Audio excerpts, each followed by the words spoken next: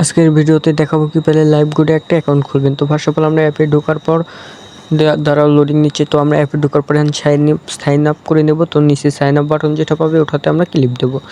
তো ক্লিক দেওয়ার পর এখানে দেখতে পাচ্ছ এখানে তোমার একটা নাম দিতে হবে, তোমার যেটা নাম সেটা নাম দিয়ে দিবা। নিচে তোমার একটা ফোন নাম্বার দিয়ে দিবা।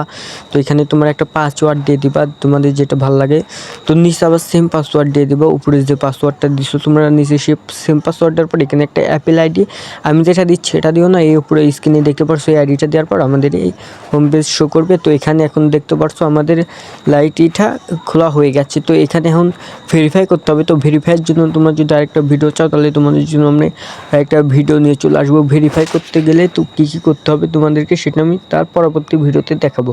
তো গাইজ দেখতেই তো পারলে আমাদের কী সুন্দরভাবে একটা নতুন অ্যাকাউন্ট ক্রিয়েট হয়ে গেল লাইভ গুড়ে।